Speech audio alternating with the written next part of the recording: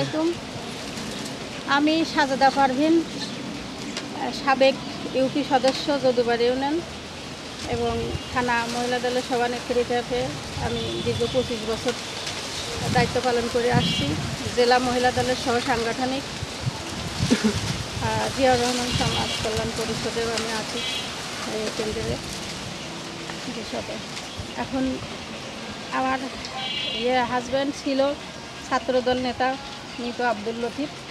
তার মৃত্যুর পর থেকে আমি সরাসরি বিএনপি রাজনীতি থেকে জড়িত। 1 সালে মারা যাই। তারপরে আমি পৌরসভায় নির্বাচন করি। দলের সঙ্গেই বিগত এই 25 বছর ধরে আছি। আমি ঢাকাতে বা কুমারখালী, কুষ্টিয়া সব জায়গায় প্রোগ্রামে যখন যেখানে থাকি হয়ে আমাকে সবাই চেনে। আমি ভোট করি, নির্বাচন করি, রাজনীতি করি, সবাই চেনে।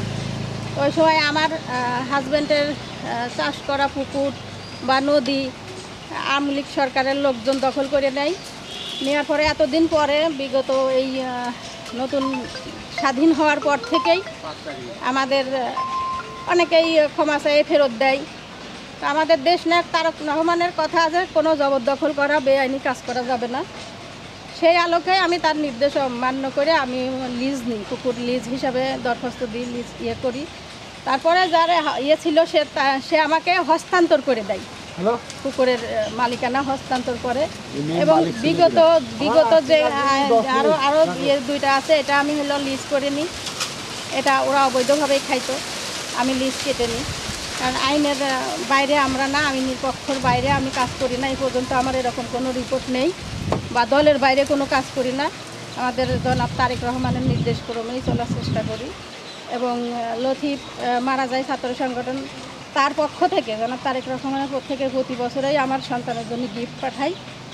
তা যাই হোক, বিএনপির সঙ্গেই আছি যে বিগত এই সময় আওয়ামী লীগ সরকারের পতন হওয়ার পর থেকে আমি আইন অনুযায়ী পুকুরগুলো চাষবাস করি।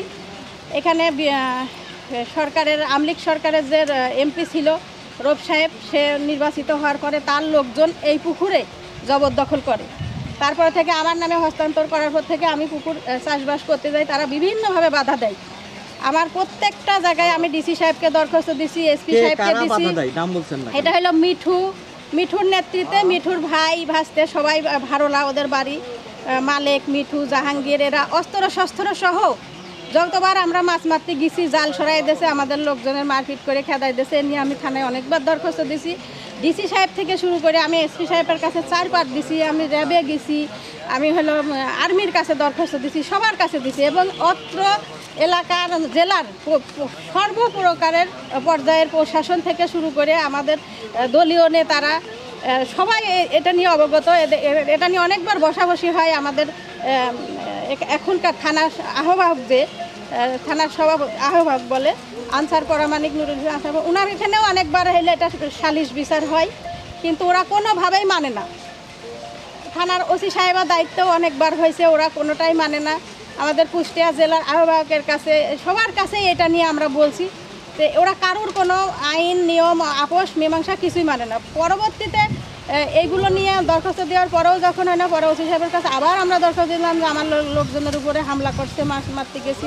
সেটা নিয়ে পরে একটা জিডিও করি আমি, ওদের জিডি আমি সেটা কোর্টে যাই সাক্ষী দিয়ে আসি। জিডির পরে আবার তদন্ত আসে। এর পরিপ্রেক্ষিতে এরা একটা আপোষের কথা বলার পরে এখানে আমাদের জামাত নেতা আফজাল ভাই ছিল, গণ্যমান্য অনেকেই ছিল, সেটা নিয়ে আপোষ মীমাংসা করে দেয় এলাকার স্বার্থে, যে ঠিক আছে তারা 28 তারিখ পর্যন্ত আমাদের মাছের ভিতরে, যেটা সুবলভোগী একটা কমিটি আছে, মাছের ভিতরে ওরা জোরপূর্বক আওয়ামী লীগ সরকারের ওভের এমপির ডিও লিটার বলে ক্ষমতা বল দেখাইয়া মাছের ভিতরে ওরা এক হাড়ি মাছ ছাড়ে কি পানি ছাড়ে নিয়ে ওরা দখল করে নেয়।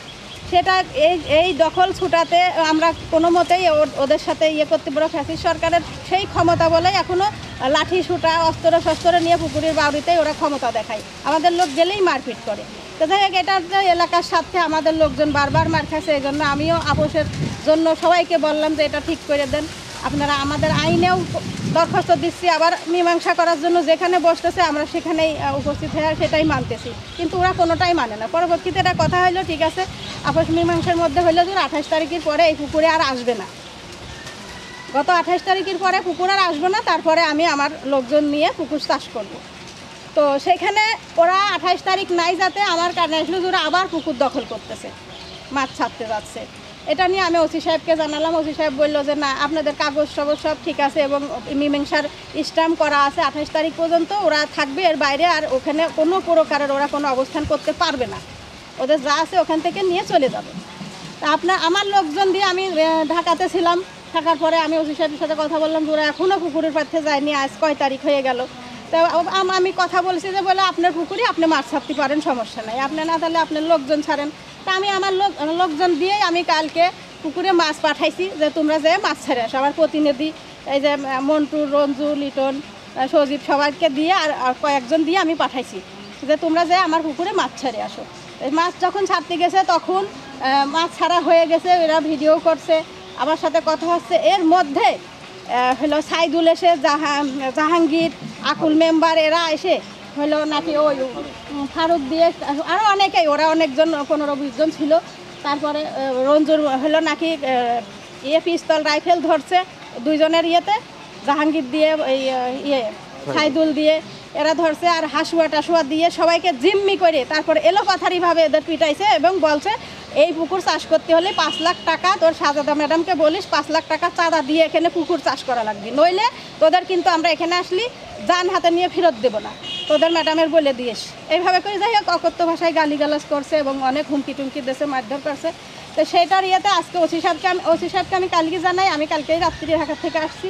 আসার পর ওসি সাহেবকে বলছি যে আমার লোকজন আসবে সকালে, আমি থানায় একটা মামলা দিতে চাই, অনেক মারপিট হয়েছে, আপনি এটা দেখেন।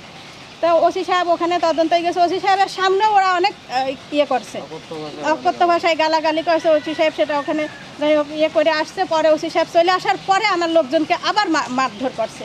সেখানে আপনারাও মনে গেছেন, দেখছেন ওরা অস্ত্র শস্ত্র নিয়ে কিভাবে আসে, তাই না?